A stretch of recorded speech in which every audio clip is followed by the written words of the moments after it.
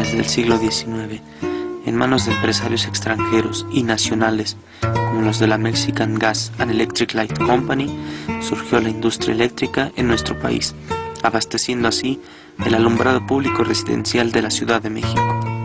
Para el año de 1898, la compañía canadiense The Mexican Light and Power Company inicia los trabajos para la presentación del servicio de energía eléctrica en el Valle de México. En el año de 1903 se concesiona a The Mexican Light and Power Company la explotación de las caídas de las aguas de los ríos Tenango, Necaxa y Jaltepuztla. En 1906, la empresa obtiene nuevas concesiones del gobierno federal y de las autoridades de los estados de Puebla, Hidalgo, Michoacán y México. Mientras tanto, algunos trabajadores empiezan a organizarse y 2 años más tarde fundan la 6ª sección de la Gran Liga de Electricistas Mexicanos, aunque las actitudes autoritarias de la Mexican Light and Power Company y la ausencia de normas para representar condiciones mínimas de trabajo impidieron el avance de la organización que buscaba la sindicalización. De 1908 a 1914, mientras la empresa crecía y continuaba con su expansión, el pueblo se levantaba en armas en contra de la dictadura del entonces presidente Porfirio Díaz. Inicia así la Revolución Mexicana y con ella una de las etapas más fuertes en nuestra historia como mexicanos. El sindicalismo de los electricistas de 1908 a 1914 ensaya intentos mutualistas y cooperativas y convierte a la forma sindical en instrumento de lucha para lograr que la empresa imperial más poderosa de la capital primero negociara y después mejorara las condiciones de producción y de vida de sus trabajadores al servicio. El día 14 de diciembre de 1914 queda fundado oficialmente un sindicato integrado por trabajadores electricistas de la Mexican Light and Power Company, trabajadores telefonistas, electricistas privados y trabajadores tranviarios, tomando como nombre Sindicato de Empleados y Obreros del Ramo Eléctrico, mismo que fue cambiado en la segunda asamblea por el de Sindicato Mexicano de Electricistas, SME, el 21 de diciembre del mismo año. Su lema inicial fue Salud y Revolución Social. En 1916, el SME surgió como un sindicato de lucha, en el contexto de una huelga general organizada por la Federación Obrera del Distrito Federal. Estalló en la capital del país la primera huelga electricista de la historia de México. La revolución había entrado en declive, pero el SME estalló la huelga en abierto desafío a Carranza.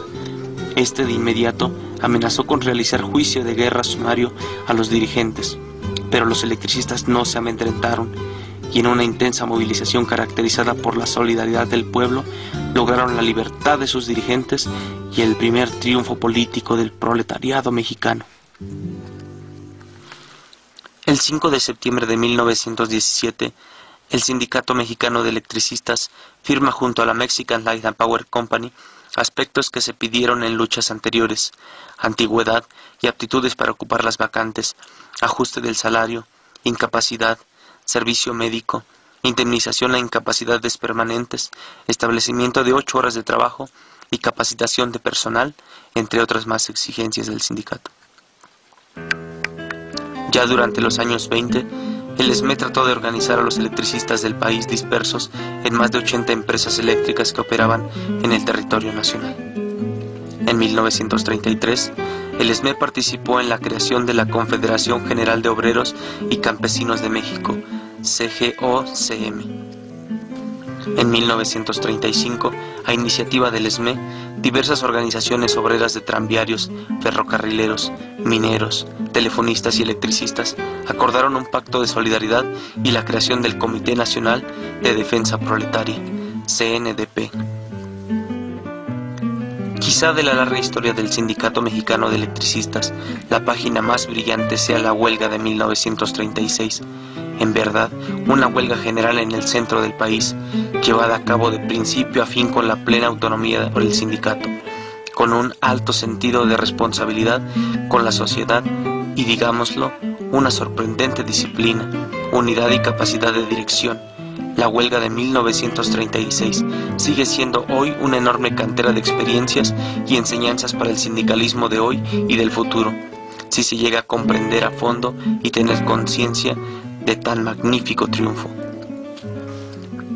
Ya entrado el año 1937, el oficialista Sindicato Nacional de los Electricistas Similares y Conexos de la República Mexicana, fundado durante el gobierno cardenista, al mismo tiempo que la Comisión Federal de Electricidad, tuvo desde un principio un claro perfil corporativo y charril, y de siempre formó parte importante de la CTM. Entre el año 1940 y 1941 se inicia el proceso de nacionalización de la industria eléctrica de acuerdo con la histórica ley de 1937. El Sindicato Mexicano de Electricistas rompió de manera tajante con el esquema corporativo de representación sindical desde 1952. Es un sindicato con una vida interna muy intensa. Cada año tienen elecciones. Todos los puestos son excesivamente disputados y hay una participación del 89% en todos los procesos electorales. Eso no se ve en ninguna otra organización. En el año de 1960 se inicia la nacionalización de la industria eléctrica con la compra de empresas que tenían a su cargo el suministro de energía eléctrica. El gobierno adquirió en $52 millones el 90% de las acciones de The Mexican Light and Power Company y se comprometió a saldar los pasivos de esa empresa, que ascendían a $78 millones. Por la suma de $70 millones, obtuvo las acciones de The American and Foreign Power. Posteriormente cerró la operación comprometiendo a ambas empresas a invertir en México el dinero que recibirían para evitar una excesiva exportación de divisas. Con la compra de la Compañía Mexicana de Luz y Fuerza Motriz, denominación que adquirió de Mexican Light and Power Company y sus filiales, la nación contaba con 19 plantas generadoras que servían al Distrito Federal y a los estados de Puebla, México, Michoacán, Morelos e Hidalgo, 16 plantas hidráulicas y 3 térmicas. Además de los bienes citados, la nación recibió el edificio situado en Melchor Ocampo número 171, Colonia Tlaxpana, en México, Distrito Federal, y todos los demás inmuebles y muebles de las estaciones y plantas termoeléctricas e hidroeléctricas, así como equipos y materiales de oficina. Ese año el entonces presidente Adolfo López Mateos envió al Senado el proyecto de reforma al artículo 27 constitucional, el cual fue aprobado y publicado en el Diario Oficial del 23 de diciembre de 1960, quedando